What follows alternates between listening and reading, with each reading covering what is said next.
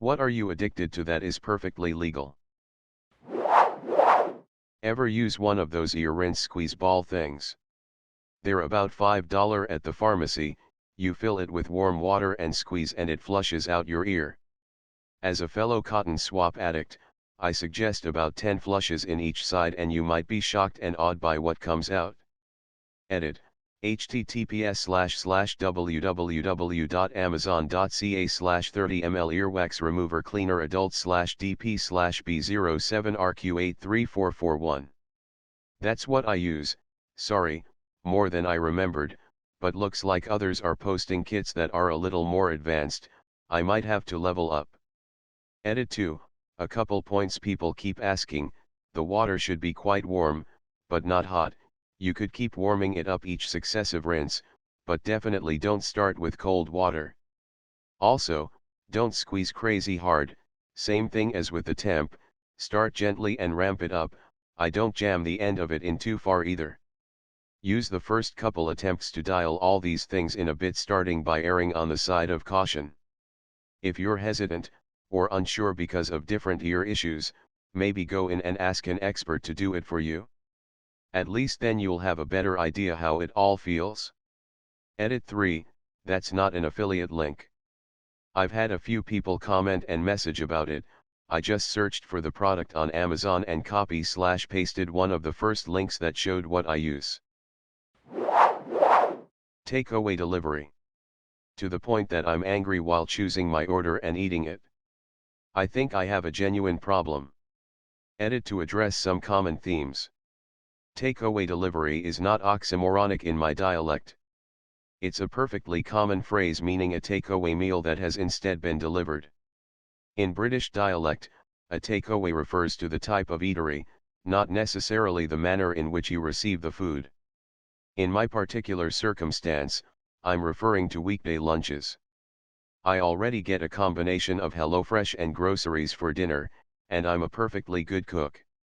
I appreciate the suggestions, but any suggesting I simply learn to cook are pretty moot at this point. I've become aware this sounds a lot like binge eating disorder. I'll be looking into it and getting professional help if I need to. Quite a few people have indicated they'd like a subreddit for group support for this kind of issue. I find it really hard to believe that one doesn't already exist, but if I can't find one, I'll make one and invite those who have indicated interest. Thank you for all the kind, genuinely useful and heartwarming comments. It's nice to know I'm not alone and not destined to live like this forever. Heavy black heart. The shitty thing is it's not even that good. I feel like 80% of the time I order food delivery, it's not nearly as good as I was expecting. Temperature's weird, soggy, shaken up, or just makes you feel disgusting because you're eating it on your couch instead of in a restaurant. It's always underwhelming. Edit. One more massive downside that I hate is the amount of plastic waste that you always have when you order takeout. It's one thing if you're ordering fast food and it's just in a bag, but if you order from an actual restaurant, they're likely going to package your food in those single-use plastic containers.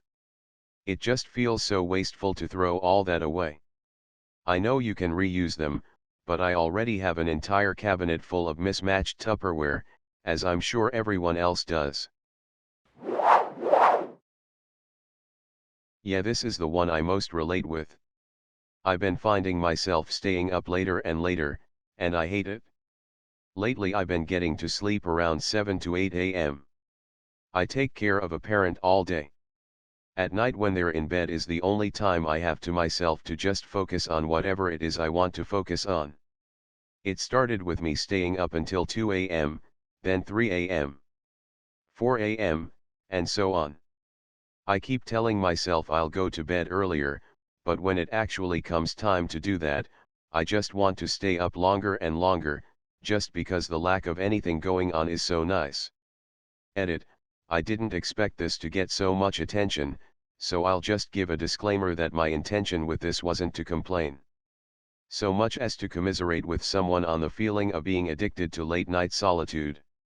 Since I didn't intend to go into much detail about the help I give, and just described it as taking care of a parent all day, I get why some people are confused as to how I can go to sleep as late as 8 a.m. and still help them, so I'll talk about that a little more. For starters, 7 to 8 a.m. is the worst my schedule gets, and that's what it has been the past few days, but it's not the norm. I'd say on average I get to sleep around 4 to 6 a.m., and wake up around 9 to 10 a.m. My mom has cerebral palsy. She is wheelchair bound, but can still do quite a bit on her own. So, it's not like I'm by her side 24/7, helping her with simple things like moving room to room, or anything like that. But I am available to her all day as she needs me. I get her in and out of bed, prepare meals, take care of laundry, take her to appointments, stuff like that, and anything in between that she might need help with throughout the day/week/month/year. There are still things she can do on her own. For example, if she just wants some food that doesn't require any prep like some yogurt or cereal, she can get it out of the fridge/pantry on her own if it's in her reach. So, there are really only 2 times per day that she will always, without a doubt, require help, in the morning after waking up, and at night when going to bed. I also make dinner for her basically every night. Between all of that, I do have time for midday naps, which I've been taking very often lately.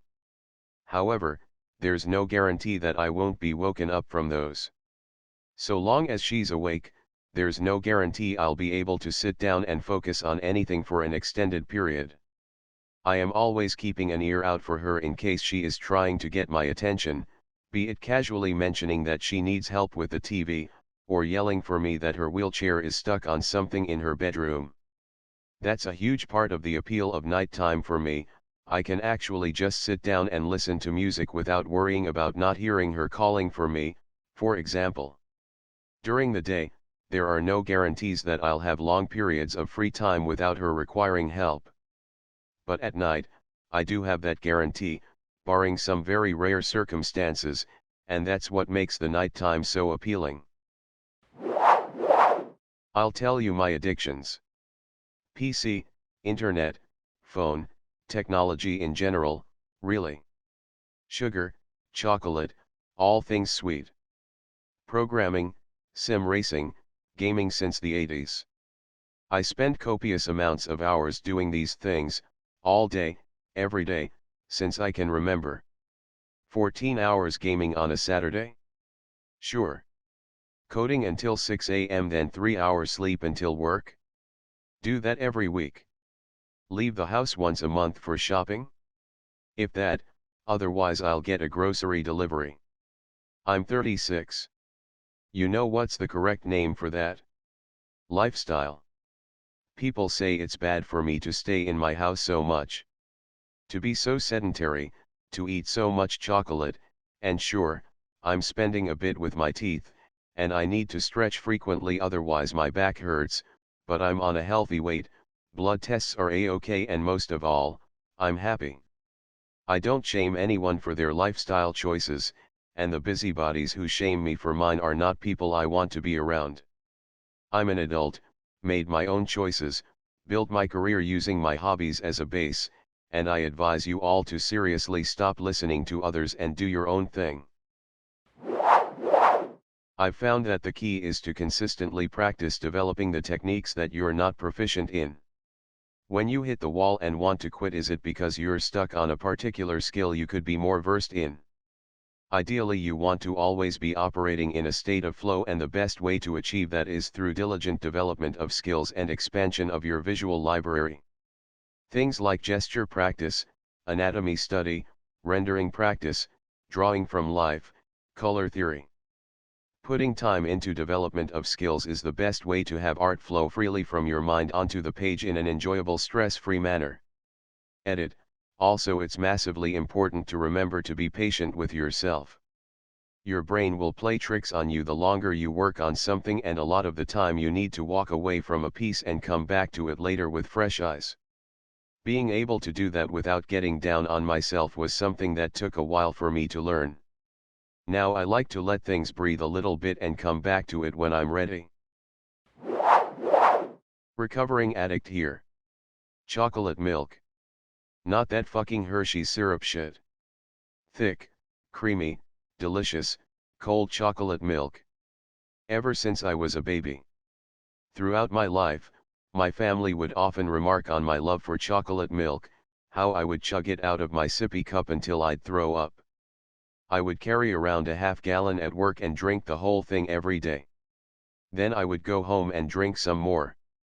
I take Adderall for narcolepsy, so for several years I didn't have much of an appetite, except for my beloved chocolate milk. I wouldn't really eat very much very often. Right around the age of 28 or 29, I had a doctor's appointment and realized I had gained more than 50 pounds in less than a year. Since I wasn't really eating much, I knew it was all of the chocolate milk. Right then and there I made a New Year's resolution of sorts: no more chocolate milk. Ever. I had to do this cold turkey or I knew I wouldn't be able to do it at all. I'm about 6 years clean at this point and let me tell you, it's been a struggle. I have given up smoking and drinking, but nothing has been as hard as the chocolate milk. I could absolutely have a cigarette or a Jack and Coke without worrying about falling back into the habit. I don't even really crave those vices. But I have not had a single sip of chocolate milk since the day I quit. I know one little taste will be my undoing. It makes me so sad and I miss it so much. The worst part? All this work of staying on the straight and narrow and I still have not lost that 50+ pounds. I have an extremely addictive personality. Right now my core addictions are caffeine, sex, and video games. Have had these addictions going on a decade now. But I also will go through these quick addiction phases with new things. I'll find something new and be hyper-focused on that for a month or so at a time, then it's into the next new thing. This can be virtually anything for me. New hobbies such as 3D printing, gadget making, woodworking to other things such as reorganizing the house, cleaning, learning something new like a coding language. It's strange because when I jump into these things I feel that rush and satisfaction I'm looking for, much like an addiction. But they phase out after a period of time. Sometimes I come back to them, but not like my core addictions. I have to disagree. I am far from perfect and her dad is absent. Sometimes they come out right despite their surroundings and I am grateful for that. With all that she has been through the last few years, she has blown me away by how loving and positive she continues to be. If you read my post history, my posts relating to her dad moving out and having no plans to co-parent with me, it broke my heart that it all came true. He assaulted me in front of my daughter this year, and has now caused his family to come after me, so essentially he has made it so she no longer sees his parents or him. And still she is amazing and sweet, and when mommy feels like crap and just rests in bed, I work upwards of 60 hours a week to support us, she will come in, give me a stuffy, pull my covers up to my chin, kiss me on the forehead and says, "I love you mama, can I get you anything?" She is never mean, doesn't call people names, doesn't swear, despite me having a potty mouth, and thinks the ugliest bugs are so beautiful. She is hands down the most sincere and thoughtful person I have ever known.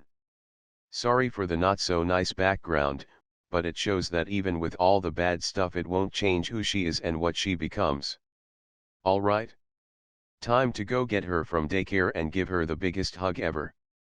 Heavy black heart. Weet-Bix.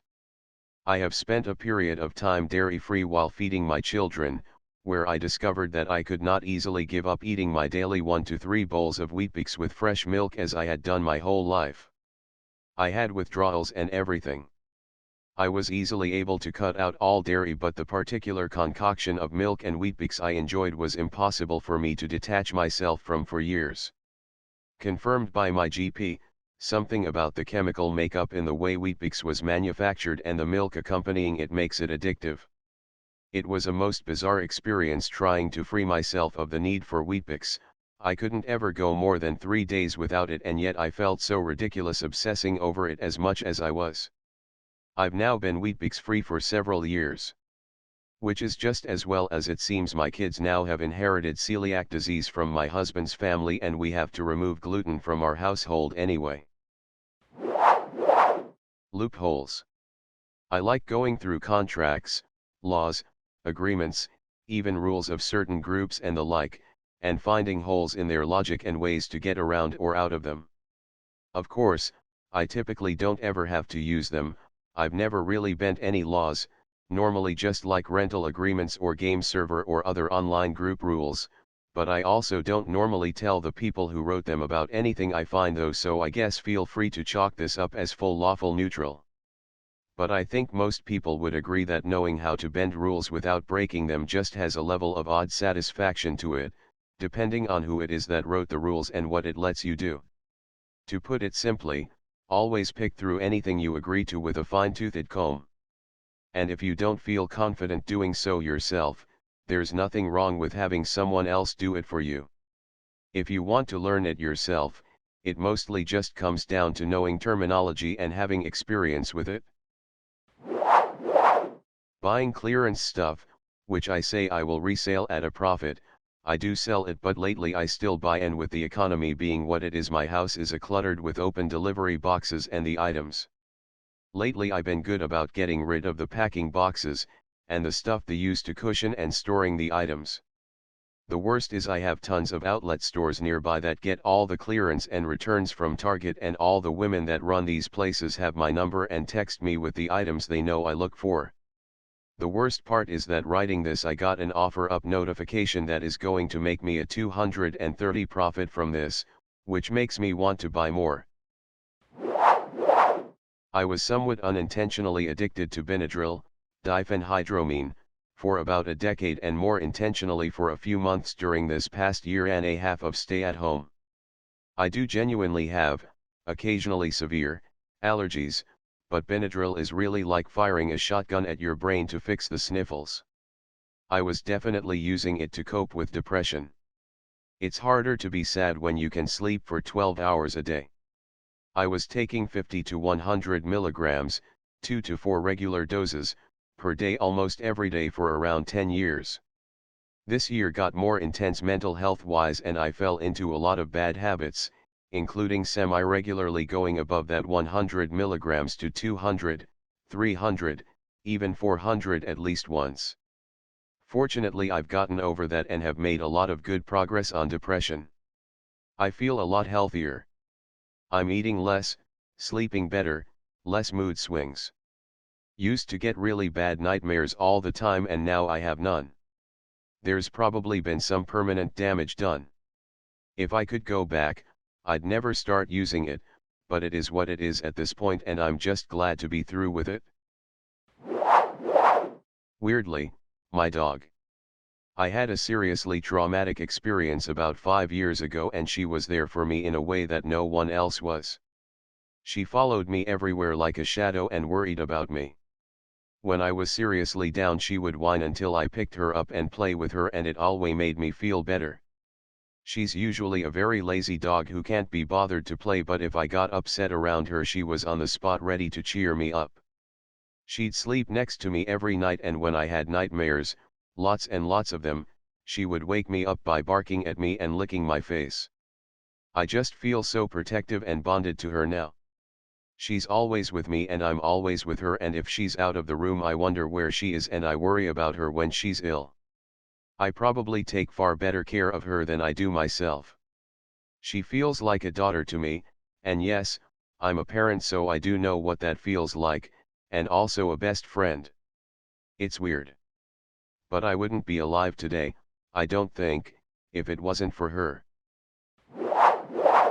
Imagine a steep hill, next to a cliff, that goes into a canyon, and there's a narrow cavern at the bottom, that drops into an empty abyss, but farther down there's an underground lake, and at the bottom of that is a volcano.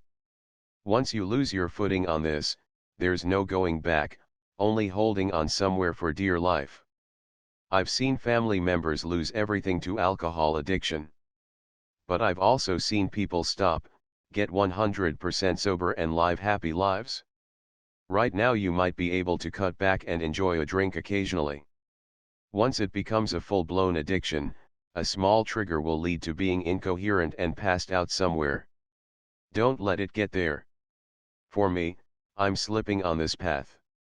I'm at the point where if I buy alcohol, I'll drink it all, quickly till it's gone, so I'm battling that by limiting myself to buying a 6-pack every other week.